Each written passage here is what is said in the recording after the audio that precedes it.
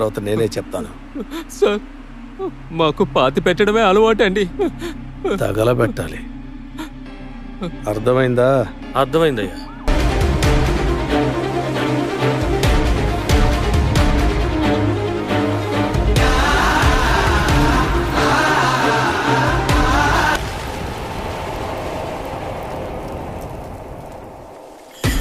కుమార్, విషయం తెలిసి వెళ్లేలోగా ఆ పోలీసులు అన్నిటినీ పూర్తి చేసేశారా. నిన్ను ఎలాగైనా ఇరికించాలని ఆ పోలీసులు అందరూ ప్రయత్నాలు చేస్తున్నారు. నువ్వు దాక్కున్న విషయం తెలుసుకొని నువ్వే హత్య చేసావని నీ మీద మీ నాన్నగారి మీద పోలీసులు కేసు ఫైల్ చేశారు. కుమార్, ఆ శాంతి చాలా పాపంరా. మన ఇంటి ఆడబిడ్డలు కనిపించకుండా పోయినప్పటి నుంచి పోలీస్ స్టేషన్ చుట్టూ పోలీసులు ఇంటి చుట్టూ తిరుగుతూనే ఉంది. ఒక్క పోలీసు కూడా లెక్క చేయడం లేదురా. కుమారు, వాళ్ళది మనలాంటి ప్రాణమే. మనకు బాధ అవుతుందని వాళ్ళకి ఎప్పుడు అర్థమవుతుందిరా.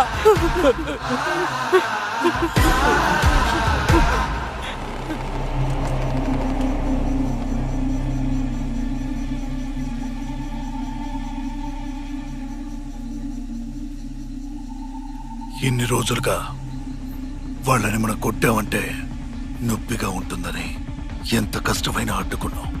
కాబట్టి కొడితే నొప్పిగా ఉంటుందని తెలిసిన వాళ్ళకి ఆ నొప్పి ఎలా ఉంటుందో తెలియదు కదా. నేను పుట్టాను, లోకం మెచ్చింది, నేను నవ్వాను, ఈ లోకం వేచింది. రాత్రి అయితేనే భయంగా ఉంది. ఏంటి సార్, ఏమైంది? అంతా నా పుట్టుక గురించే. మా వాళ్ళల్లో ఒకడు పైకి రావాలంటే ఎంత సమస్య ఉందో తెలుసా. నేను పోలీస్ అయ్యాక నేనే వాళ్ళని కాపాడడానికి వచ్చిన ముసుగేసిన ఎన్టీఆర్ అనుకుంటున్నారు. కానీ స్టేషన్లో నన్ను ఒక మనిషిగా కూడా చూడటం లేదు. సార్ ఏంటి సార్ అలా? అరే అదే కదా నిజం. నువ్వు ఒకటి గమనించావా? ఇన్ని రోజుల్లో ఇన్స్పెక్టర్ నన్ను ఎప్పుడైనా పేరు పెట్టి పిలిచింది చూసావా? ఏయ్ రా పో. సార్ కానీ విజయ్ సార్. ఊరుకోవయ్యా, నా మీద ఏం కోపమో తెలియటం లేదు ఆయనకి. ఎప్పుడు చూసినా నన్నే తిడుతూ ఉన్నాడు. ఇన్స్పెక్టర్ ఏ రోజైనా ఒక మాట అనడం విన్నావా? ఏవైనా సరే వాళ్ళందరూ ఒకేలాంటి వాళ్ళని లోపల ఉంటుంది కదా. అలాగా? సార్ కూడా వాళ్ళ వాళ్ళ ఏమి తెలియనట్టే అడుగుతున్నావు?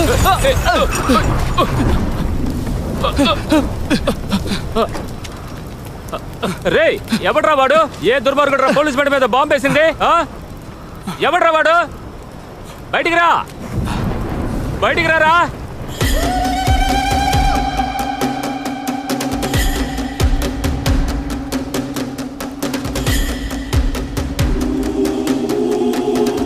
కుమార్, స్టేషన్లో అందరూ నువ్వు తీవ్రవాదిగా మారేవన్నా కూడా నేను నమ్మలేదురా. కానీ నీతో చదువుకున్న వాడి మీద బాంబు వేయడానికి కూడా ఆలోచించలేదు కదా. మరి అందరూ నేను ఎలా పిలుస్తారు? ప్రాణాలు తీయాలనుకుంటే జీబ్ ఒకటే తగలబడిపోయేది కాదు. రేయ్, ఈ తుపాకీ చూపించే మా వాళ్ళని భయపెట్టి తప్పుడు సాక్ష్యం చెప్పించుకున్నారా? మా పిల్లల్ని చంపిన వాడి సంగతి నేను చూసుకుంటాను. మా వాళ్ళు బయటికి రావాలి, లేదంటే పోలీస్ స్టేషన్ మీ కళ్ళ ముందే మండుతుంది. బగబగ మండే మంటకి నాతో చదివిన వాడు ఎవడు, నా బంధువు ఎవరని కూడా తెలీదు.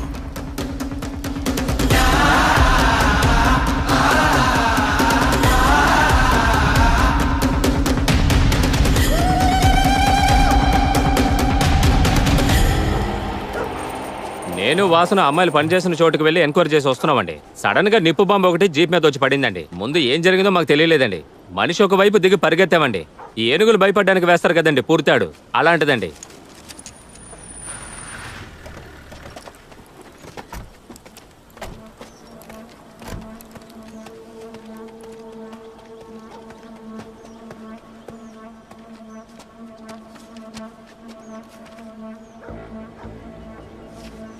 పుడతాడంటే దగ్గర నుంచి విసరగలరావు.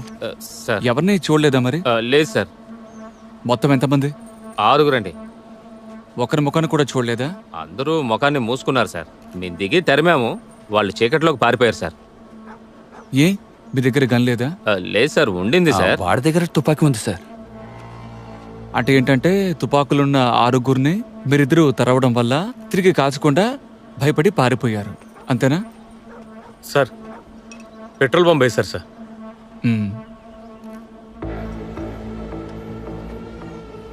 ఇందులో పురితాడు అని రాశారు. ఈ రిపోర్ట్ మీ మనసాక్షికి సరనిపిస్తే నిరభ్యంతరంగా సంతకం చేయండి. మీరు ఏ వైపు నాగరాజు? తెలీదండి సార్. మీరు ఎటువైపు ఉండమంటారో అటువైపు ఉంటాను సార్. సార్, కుమార్ చనిపోయిన జయ వాళ్ళ అన్నయ్య అండి. ఆ అమ్మాయిల వాళ్ళ నాన్నలకు వ్యతిరేకంగా సాక్షి తీసుకున్నామన్న కోపం మీద ఇలా చేశాడు సార్. ఈ కేసు సరిగా జరగకపోతే స్టేషన్నే కాల్ చేస్తానని చెప్పి వెళ్ళాడు సార్.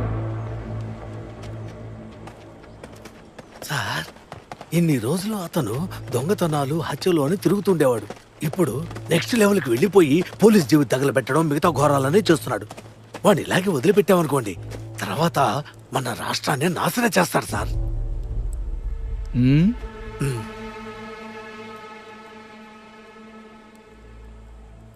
ఈ కేసుని మీకు అప్పగించడం నా తప్పే. ఇకపై అంతా నేనే చూసుకుంటాను. పోస్ట్ మార్టం రిపోర్ట్ ఎక్కడ? వచ్చేసింది సార్. ఒక్క ప్రాబ్లం కూడా లేదు. మీరు ఒకే ఒక సంతకం చేశారంటే కేసు క్లోజ్ చేయొచ్చు. కాంట్రాక్టర్ గుణశేఖర్ని స్టేషన్కి రమ్మనండి. గుణశేఖర్నే? ఆయన్ని మనం ఎందుకు ఎంక్వైరీ చేయాలి సార్? నేను రమ్మనేగా చెప్పాను. ఎంక్వైరీ అని చెప్పనే లేదే. ఎంక్వైరీ చేస్తే ఏమైనా నిజం తెలుస్తుంది అంటారా? సార్, మీ మంచి కోసమే చెప్తున్నాను సార్. ఆయన బాగా ఇన్ఫ్లుయెన్స్ ఉన్న వ్యక్తి సార్. ఈ దరిద్రం కోసమే. ఫస్ట్ మీరు అది ఇది అని చెప్పడం మానుకోండి. అదేంటి అది ఇది? వాళ్ళేమైనా జంతువులు అనుకుంటున్నారా, లేక వేరే గ్రహం నుంచి వచ్చారా? కుక్కల్ని పావులు పేరు పెట్టి పిలుస్తున్నారు. వీళ్ళకంటే తక్కువ? ఇదే మీకు ఇచ్చే లాస్ట్ వార్నింగ్. Sorry sir.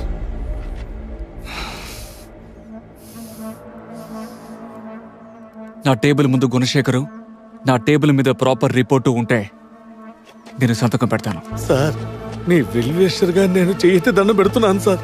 వద్దు సార్. గుణశేఖర్ని ఎంక్వైరీ చేసే పెద్దవాళ్ళందరికీ మన సమాధానం చెప్పాలి సార్. వాడు బురదగుండ లాంటివాడు సార్. మనం ఎందుకు సార్ బురదలో కాలు పెట్టటం?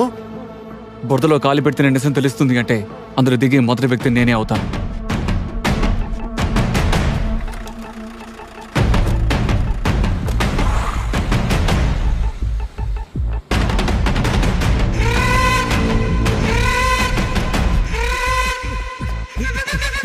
దిక్కు మాలిన కుక్క! వాడు ఏం చెప్పేస్తున్నాడో విన్నావా? వాడిగా ఇక్కడి నుంచి వెళ్ళిపోతాడు. ఇక్కడ నువ్వు నేనేరా చావాల్సిందే. ఏరా, రాజకీయ నాయకుల జోలికి వెళ్ళేంత ధైర్యం నీకు వచ్చిందట్రా? వాడు ఎంక్వైరీ చేశాడనుకో, నేను గుడి లోపల గంట కొట్టడానికి, నువ్వు బయట కుప్ప ఊడ్చోడానికి మాత్రం పనికొస్తాను రా. పిచ్చి పిచ్చిగా వాగావుగా. వెళ్ళి వాడిని ఆపో. వెళ్ళరా. మీరు వెళ్ళి చెప్పొచ్చు కదా సార్. సీనియర్ ఆఫీసర్ అంటే మీకు ఒక భయం ఉంది కదండి, అలాగే నాకు ఉంటుందండి. ఎదిరించి మాట్లాడడానికి ఒక ధైర్యం ఉండాలండి. అది ఉండుంటే ఇవన్నీ విసిరేసి వెళ్ళిపోయి ఉండేవాడిని కదా.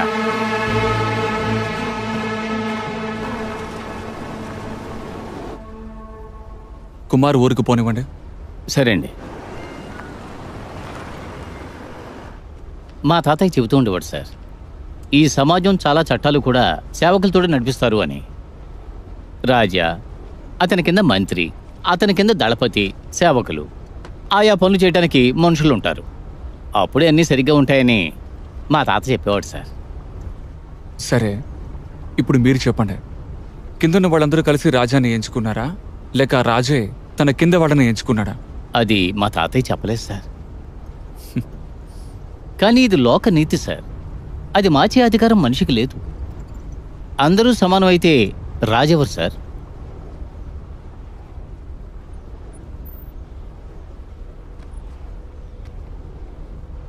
అందరూ సమానమైతే ఎవరు రాజు అయ్యేది?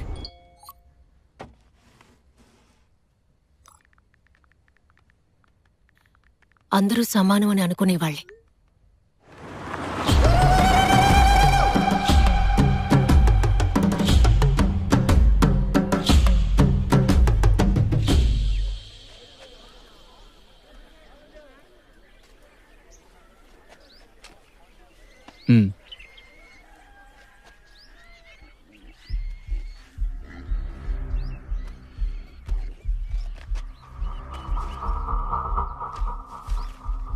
జగన్నాథం, బాలు, పరశురాం, ముత్తయ్య, ఈ నలుగురు ఆ అమ్మాయిల తండ్రులకి వ్యతిరేకంగా సాక్ష్యం చెప్పారు. మిమ్మల్ని ఎంక్వైరీ చేయాలి. ముందుకు రండి. వాళ్ళంతా ఊర్లో 2 రోజులు లేరు సార్. ఎక్కడికి వెళ్ళారో తెలియటం లేదు. కుమార్ ఎక్కడున్నాడో ఎవరికైనా తెలుసా? పోలీస్ జీబుని తగలబెట్టాడు. ఎవరైనా హెల్ప్ చేయాలనుకుంటే వాళ్ళని కూడా అరెస్ట్ చేయాల్సి వస్తుంది. సార్, వాడు ఊర్లో ఉంటే మీ పోలీస్ స్టేషన్ లో కదా ఉంటాడు. అక్కడికి వెళ్ళి చూడండి.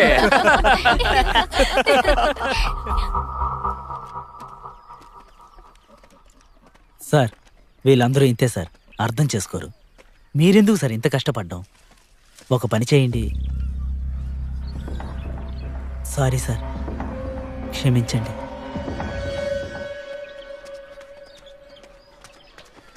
విషయం ఏంటంట? కుమార్ని వెతుక్కుంటూ వచ్చారు.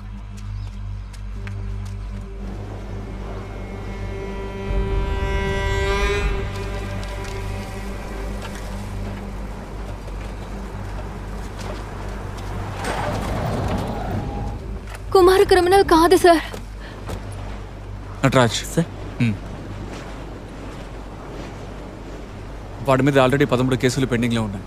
స్కూల్ చదువుకునేటప్పుడు గంజాయి అమ్మాడు, మినీ బస్ కండక్టర్ని కొట్టాడు, కలెక్టర్ ఆఫీస్కి బాంబు బెదిరింపు పంపాడు, మినిస్టర్ మీటింగ్లకు చొరపడి వైలెన్స్ క్రియేట్ చేశాడు.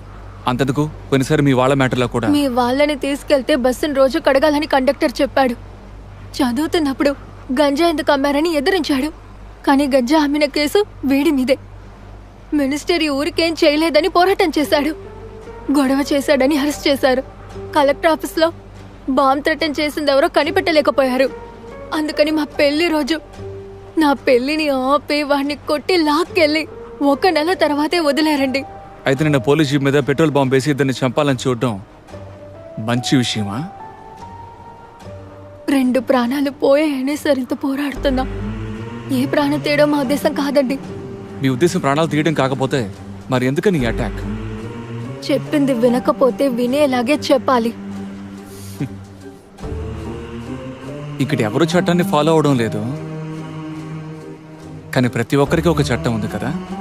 అంబేద్కర్ తర్వాత కుమార్ ఎక్కువగా గౌరవించేది చట్టాన్నే అండి. చట్ట ప్రకారం మాకు న్యాయం చేయండి. మీరు వెతకక్కర్లేదు, వాడే వచ్చి సరెండర్ అవుతాడండి. మేము లక్ష్మిని ఆల్రెడీ వెతకడం మొదలుపెట్టాం. మీరు కుమార్ని వెంటనే వచ్చి సరెండర్ అవ్వమనండి. వెతికే ఎవరికైనా లక్ష్మి ఎలా ఉంటుందో తెలుసా సార్? పోలీసుల దగ్గర లక్ష్మి ఫోటో కూడా లేదు.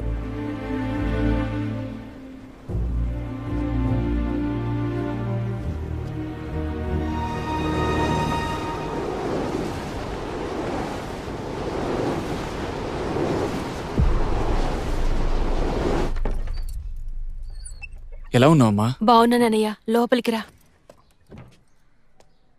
చివరిగా ఎప్పుడు కాల్ చేశాడు? నేనే ఆయనకి ఫోన్ చేశానన్నయ్య. 4 గంటలకు వెళ్ళినైనా 7 గంటల వరకు రాలేదని నేనే ఫోన్ చేశాను. స్విచ్ ఆఫ్ అని వచ్చింది. గుణశేఖర్ వెంకటకి ఎలా తెలుసు? అంత పెద్ద పరిచయమేం కాదు. ఏంటంటే ఏంటి?